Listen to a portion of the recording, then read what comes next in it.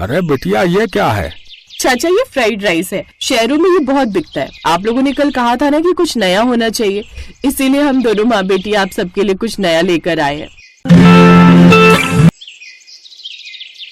ममता अपनी माँ के साथ अपने खेतों में खड़ी हुई थी। सारी फसल तैयार हो चुकी थी। आधे खेत में धान उगा रखा था और बाकी के हिस्से में पत्ता गोभी, धनिया, मिर्च, टमाटर, इस तरह की हरी सब्जियां उगा रखी थी।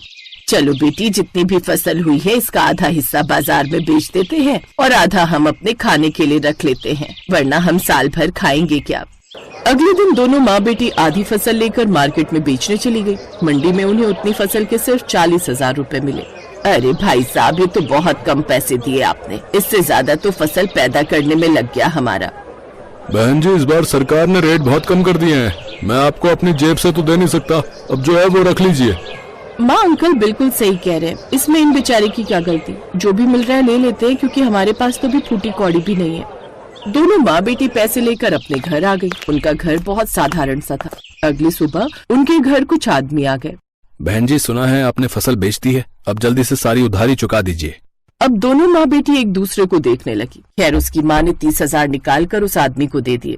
अरे ये क्या पकड़ा रही हो बहन जी, आपको मालूम है ना, पूरा साल खेती करने के लिए सारा पैसा मैंने ही आपको दिया है। चाहे पानी लगाना हो, खेत जोतना हो, खाद डालनी हो, बीज लगाने हो, ये सब मिलाकर टोटल 50,000 हुए थे। भूल गई आप? हाँ भाई साहब, मुझे सब कुछ पता है, लेकिन आपको तो खबर लगी गई होगी कि इस बार सरकार ने फसल के रेट बहुत कम कर दिए हैं। अभी इतना ले लीजिए, हम जल्द ही आपको बाकी के पैसे लौटा देंगे। ठीक है, मैं आप लोगों को बहुत दिनों से जानता हूँ, इसलिए भरोसा कर लेता हूँ। पैसे लेकर वो लोग चले गए। इधर ममता और उसकी माँ ने 10,000 रुपए बचा लिए थे अपने खर्चे के लिए। लेकिन बेटी, खेती किसानी करने से क्या फायदा, फसल के रेट अच्छे मिलते नहीं, हर साल कर्जा अलग से चढ़ा जाता है हम पर। हमें तो उतना पैसा भी नहीं मिलता जितना पैसा फसल उगाने में लग जाता है, तो फायदा ही क्या। माँ आप फिक्र मत कीजिए, अभी हमारे पास आधी फसल तो है ना, खेती के अलावा हम क्या कर सकते हैं, मैं कुछ न कुछ सोच लूंगी। फिलहाल आज शाम को चौराहे पर चलते गोलगप्पे खाने। शाम को दोनों माँ बेटी गांव के चौराहे पर पहुंच गए। वहाँ पर एक गोलगप्पे वाला गजोधर था। सारे गांव वाले उससे गोलगप्पे खा रहे थे। माँ, ये गांव वाले एक नंबर के चटोरे हैं, शाम होते ही गोलगप्पे खाने आ जाते हैं, चलिए हम लोग भी खाते हैं। दोनों माँ बेटी गोलगप्पे खाने लगे, तभी अचानक कुछ गाँव वालों ने कहा, अरे हम लोग हर रोज गोलगप्पे खा खा कर बोर हो गए भैया, है, लेकिन इसके अलावा यहाँ कुछ मिलता भी नहीं, इतना पैसा भी नहीं है कि शहर जाकर फास्ट फूड खा सकें। हाँ चाचा, ये आपने बिल्कुल सही कहा, कुछ नया अगर यहाँ पर मिलने लगे तो मजा ही आ जाए। अरे आप लोग नए के चक्कर में मत रहो, हाँ, गोलगप्पे से अच्छा जो है कुछ नहीं होता है, बता रहे हैं। हाँ। उन गांव वालों की बातें ममता बड़े ध्यान से सुन रही थी। गोलगप्पे खाकर दोनों माँ बेटी घर वापस आ गई। तभी ममता ने कहा, माँ आपने सुना था ना कि गांव वाले क्या कह रहे थे, उनकी दिली इच्छा है कि उस चौराहे पर कुछ नया फास्ट फूड मिले, तो हम लोग वहाँ पर फ्राइड राइस बनाकर बेचते हैं। चावल, बंद गोभी, शिमला मिर्च, गाजर, धनिया, हरी मिर्च, ये सब कुछ तो हमारे पास है ही। क्या बात है बेटी, ये तो तुमने बहुत अच्छा सोचा, पहले दिन से हमारा फ्राइड राइस बिकने लगेगा। अगले दिन दोनों माँ बेटी ने मिलकर गजोधर गोलगप्पे वाले के ठीक सामने अपना फ्राइड राइस का ठेला लगा लिया। गांव वालों की नजर जैसे ही उस पर पड़ी, सारे गांव वाले इधर खींचे चले आए। अरे बिटिया ये क्या है? चाचा ये फ्राइड राइस है, शहरों में ये बहुत बिकता है। आप लोगों ने कल कहा था ना कि कुछ नया होना चाहिए, इसीलिए हम दोनों माँ बेटी आप सबके लिए कुछ नया लेकर आए हैं। अरे तो जल्दी से हम सबको एक एक प्लेट फ्राइड राइस खिला दीजिए, वैसे देखने में तो बहुत अच्छा लग रहा है। अगर स्वाद अच्छा ना लगे तो पैसे बिल्कुल मत देना आप लोग, सिर्फ 10 रुपए की एक प्लेट है। ममता ने सबको एक एक प्लेट फ्राइड राइस दिया। फ्राइड राइस खाकर सबको मजा आ गया। क्या स्वाद है बेटी, आह, मजा ही आ गया फ्राइड राइस खाकर। आह। तो इस तरह गांव वालों को अब कुछ नया मिलने लगा था, इसलिए गजोधर के पास कोई भी गोलगप्पे खाने नहीं जाता था। वो सामने खड़ा होकर ममता और उसकी माँ से जलता रहता था।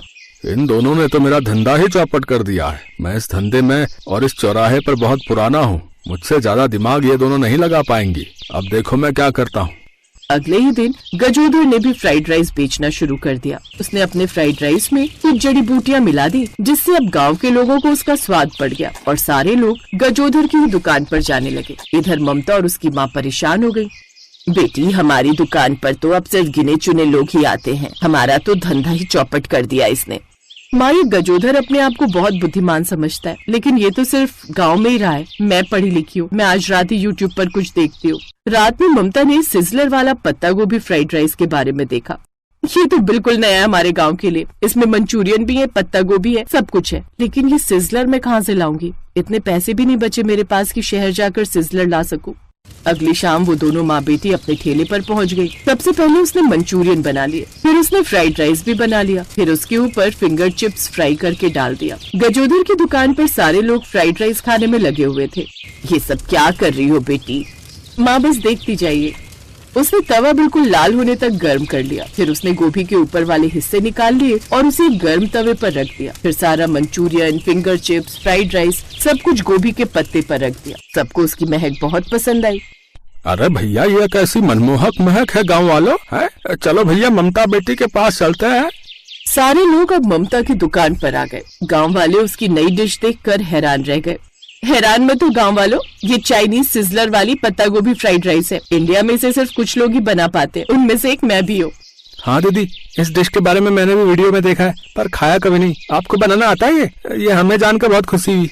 तो अब ममता की दुकान फिर से चलने लगी। गजोधर उस गांव से कभी बाहर नहीं निकला था, इसलिए वो सिजलर वाले फ्राइड राइस नहीं बना पाया। ऐसे ही 2-3 साल बीत गए। ममता अपने पैसों का बिल्कुल दिखावा नहीं करती थी। फिर एक रोज गजोधर ने दिमाग लगाया। वो भागकर ममता के ठेले पर आया। बहन जी, मेरी दुकान तो चल नहीं रही, आप लोग मुझे अपनी दुकान पर काम पर रख लो। ठीक है, हमें वैसे भी एक कर्मचारी की जरूरत थी। अब गजोधर उनकी दुकान पर काम करने लगा। 2 महीने में उसने भी सिजलर वाली पत्ता गोभी का चाइनीज फ्राइड राइस बनाना सीख लिया। अब उसने ममता के ठेले पर काम छोड़ दिया और खुद अपनी दुकान लगा ली। अगले दिन से वहाँ पर ममता का ठेला लगना बंद हो गया। अब मैं अकेला फिर से इस मार्केट में ऐश करूँगा। हाँ, भगा दिया मैंने उन दोनों माँ बेटी को। तभी वहाँ कुछ गाँव वाले आ गए। अरे गजोधर, पागल हो गए हो क्या? क्यों पागल ना हो काका, है? मेरे सामने दोनों माँ बेटी टिक नहीं पाई, भाग गई ना ये मार्केट छोड़कर। अरे गजोधर, तुम हमारे साथ चलो, कुछ दिखाना है। गांव वाले उसे गांव के बाहर मेन रोड पर लेकर गए। वहाँ पर ममता और उसकी माँ का बहुत बड़ा रेस्टोरेंट था, जिसमें बड़े बड़े लोग कार से सिजलर वाली पत्ता गोभी फ्राइड राइस खाने आए थे। गजोधर अंदर गया और माँ बेटी से माफी मांगने लगा। मैंने हमेशा आप दोनों को नीचा दिखाने की कोशिश की। आप लोगों से ही काम सीखकर मैंने अलग दुकान लगा ली। मैं आप लोगों से जलता था, पर आपने तो इतना बड़ा रेस्टोरेंट खोल लिया जिसमें इतने बड़े बड़े लोग आते हैं। काका, इसीलिए किसी से जलो मत। आप लोग मुझे भी नौकरी पर रख लो। इस बार मैं सच में नौकरी ही मांग रहा हूँ। वहाँ धूप में खड़े खड़े इस उम्र में हालत खराब हो जाती है। ठीक है, आप यहीं काम कीजिए। उस दिन के बाद गजोधर भी उनके रेस्टोरेंट में काम करने लगा और सब खुशी खुशी रहने लगे।